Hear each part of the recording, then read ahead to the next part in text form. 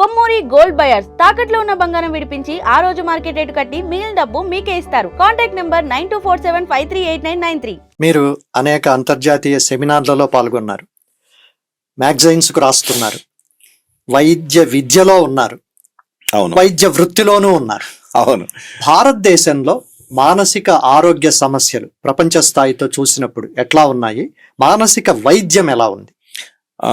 ఒక విధంగా చెప్పాలంటే చాలా మనం వెనకబడి ఉన్నామని చెప్పాలి మిగతా దేశాలు. ఇప్పుడు అమెరికాలో, ఆస్ట్రేలియాలో, యూకేలో మిగతా డాక్టర్ల కంటే మానసిక వైద్యానికి ఎక్కువ డిమాండ్ ఉంటుంది. వాళ్ళకు సమస్యలు ఎక్కువ, వాళ్ళు చిన్న చిన్న వాటికి కూడా మానసిక డాక్టర్కి వెళ్తారు. మనం చాలా సీరియస్ అయ్యి ఉన్మాదము, పిచ్చి అలాంటిది ఉంటేనే వెళ్ళాలని అనుకుంటాం తప్ప వాళ్ళు అలా కాదు.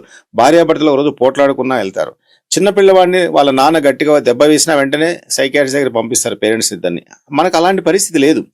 అయితే ఏంటంటే వాళ్ళకున్న అవగాహన వేరు, అవేర్నెస్ వేరు, వాళ్ళకున్న మిగతా పరిస్థితులు కానీ, గవర్నమెంట్ ఇచ్చే ప్రోత్సాహాలు కానీ అవన్నీ ఎక్కువగా ఉంటాయి. మనకు అలా కాదు. మన దేశంలో ఇప్పటికీ దాదాపు మానసిక వైద్యుల సంఖ్య మరి 150 కోట్లు ఉన్నాయి మన భారతదేశంలో. కేవలం ఒక 15,000 మంది ఉంటారు క్వాలిఫైడ్ సైకియాట్రిస్టులు, అంటే మాలాంటి డాక్టర్లు.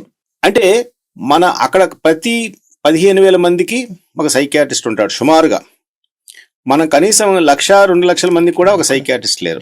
అంటే భారతదేశం మొత్తం మీద 150 కోట్ల మందికి 15,000 మంది అంటే మీరు చూసుకోండి. కాబట్టి ఆ విధంగా చాలా తక్కువ. అంటే మన దేశంలో మానసిక వైద్యుల సంఖ్య చాలా తక్కువగా ఉంది. గవర్నమెంట్ నుంచి ప్రోత్సాహాలు కూడా తక్కువగా ఉన్నాయి.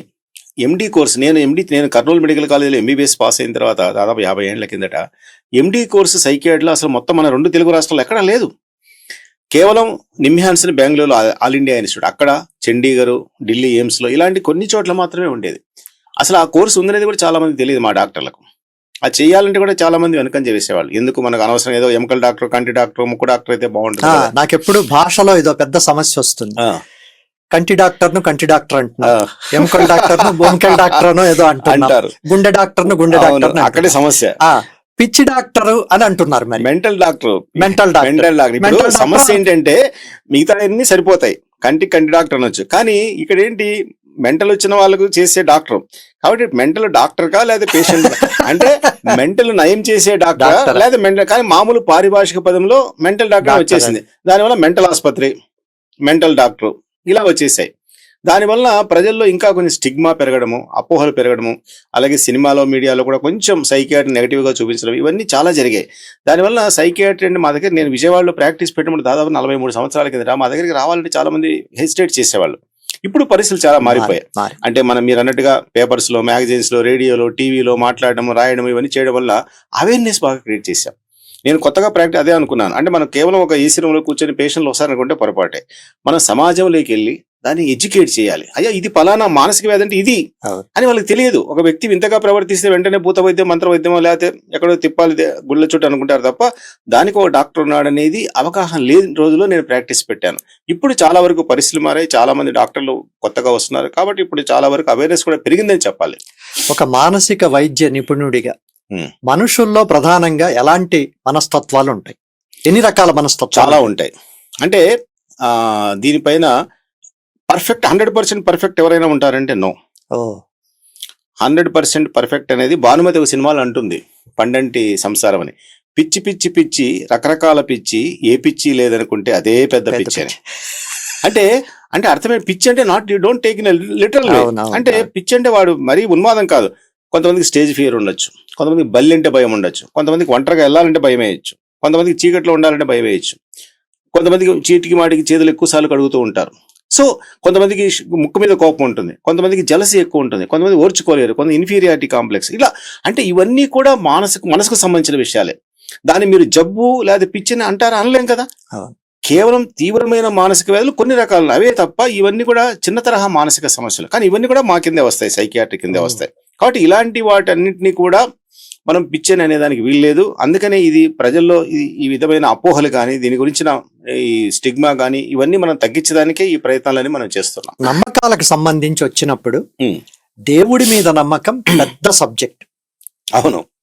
దేవుడి మీద నమ్మకం మానసిక ఆరోగ్యానికి కారణమవుతుందా, లేదా దాన్ని మీరు ఒక వైద్యుడిగా ఎట్లా చెప్తారు? దీనికి 2 ఉన్నాయి మధు గారు. ఒకటి ఏంటంటే మానసిక వైద్య శాస్త్రం ప్రకారం అంటే ద ఫెయిత్ అనేది ముఖ్యం అక్కడ. ఏదైనా సరే ఫెయిత్. ఇప్పుడు నమ్మకాలు మూఢనమ్మకాలు అని 2 భాగాలుగా చెప్పొచ్చు. నమ్మకం అంటే ఫర్ ఎగ్జాంపుల్ నాకు తిరుపతి వెంకటేశ్వర స్వామి అంటే నాకు నమ్మకం.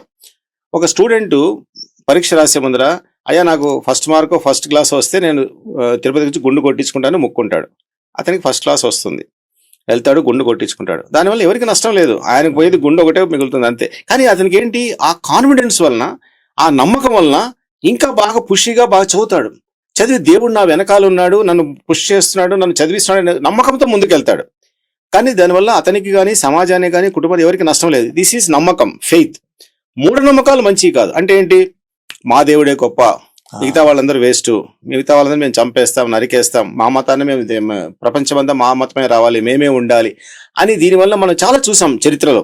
ఈ రిలీజియస్ వలన, నమ్మకాల వలన, మత దురహంకారం వలన చాలా యుద్ధాలు జరిగాయి, చాలా మందిని ఊచకోత కోసారు, ఇప్పటికీ జరుగుతూనే ఉన్నాయి అక్కడక్కడ.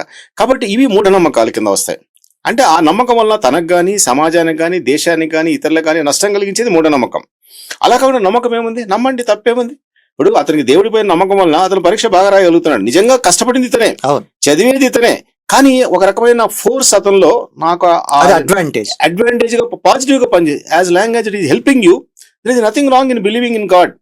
కానీ అదే నమ్మకము మూఢనమ్మకం అయ్యి మేమే గొప్ప, మావాడే గొప్ప, మిగతా వాళ్ళందరూ కాదు అనేది మాత్రం మంచిది కాదు. అలాంటి రాకుండా నమ్మకం అనేది ఎప్పటికి కూడా మనిషికి, ఆ నమ్మకం వల్ల చాలా మంది ఇప్పుడు కష్టాలు వస్తాయి. కష్టాలు వస్తే ఏం చేస్తారు, మామూలుగా దేవుడా నువ్వే దిక్కు, నువ్వే రక్షించు అని అనుకుంటే అతనికి మెంటల్ గా రిలీఫ్ వస్తుంది, స్ట్రెస్ తగ్గుతుంది. ఎందుకంటే నా పైన ఒకడు ఉన్నాడు, ఆవిడ చూసుకుంటాడు, నా ప్రయత్నం నేను చేస్తా, కానీ ఫైనల్ గా డెస్టినీనో దేవుడో లేకపోతే కర్మ సిద్ధాంతమో ఏదో పని చేస్తుంది అని ఈ బిలీఫ్ వలన. నిజంగా ఇంకా అది లేదనుకోండి, అసలు మాలాంటి డాక్టర్లు కొన్ని లక్షల మంది కావాలి. అసలు అంటే నిజంగా సమస్యలు ఉన్న వాళ్ళందరూ మా దగ్గరికి రావాలంటే మా హాస్పిటల్ సరిపోవు. వాళ్ళందరికీ ఇంట్లోనే సమస్య వచ్చినప్పుడు దేవుని దగ్గరికి వెళ్ళి ప్రశాంతం కళ్ళు మూసుకొని దైవ ప్రార్థన చేసుకోవడమో, భజన చేసుకోవడమో, ఏదైనా చదువుకోవడమో, టెంపుల్కి వెళ్ళి కొంతసేపు కూర్చొని, ఇవన్నిటి వలన మానసిక ప్రశాంతత లభిస్తుంది చాలా మందికి. అది హెల్ప్ చేస్తా ఉంది. సీరియస్ అయిన తర్వాత ఎలాగో మా దగ్గరికి వస్తారు, అది వేరే విషయం. కాబట్టి చాలా మందికి the belief in God, the belief in spirituality కానీ, రిలీజియన్ కానీ, ఏదైనా కానీ, అవన్నీ కూడా. అందుకని ఇప్పుడు కొత్తగా ఏంటంటే, ఇంతకుముందు హెల్త్ అంటే కేవలం ఫిజికల్ హెల్త్ కాదు, మెంటల్ అండ్ సోషల్ వెల్బీయింగ్ అనేవాళ్ళు. Health is defined as physical, mental and social wellbeing. ఇప్పుడు కొత్తగా డైమెన్షన్ యాడ్ చేసింది WHO. ఏమని, స్పిరిచువల్ వెల్బీయింగ్ అని.